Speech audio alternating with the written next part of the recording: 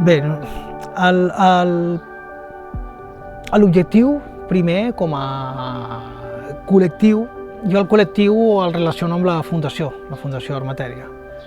Aleshores, ja saps que el nostre futur immediat és un emplaçament propi, una ubicació pròpia, un lloc físic on puguem estar i puguem compartir, no?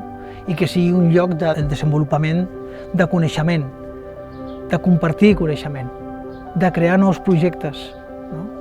Crear una marca de qualitat, que sigui un atractiu per persones que se sentin atretes per aquest col·lectiu amb tanta riquesa creativa i de coneixement, no? Aleshores, jo crec que el futur és això, aquest espai concret, físic, que ja et dic, és un present immediat.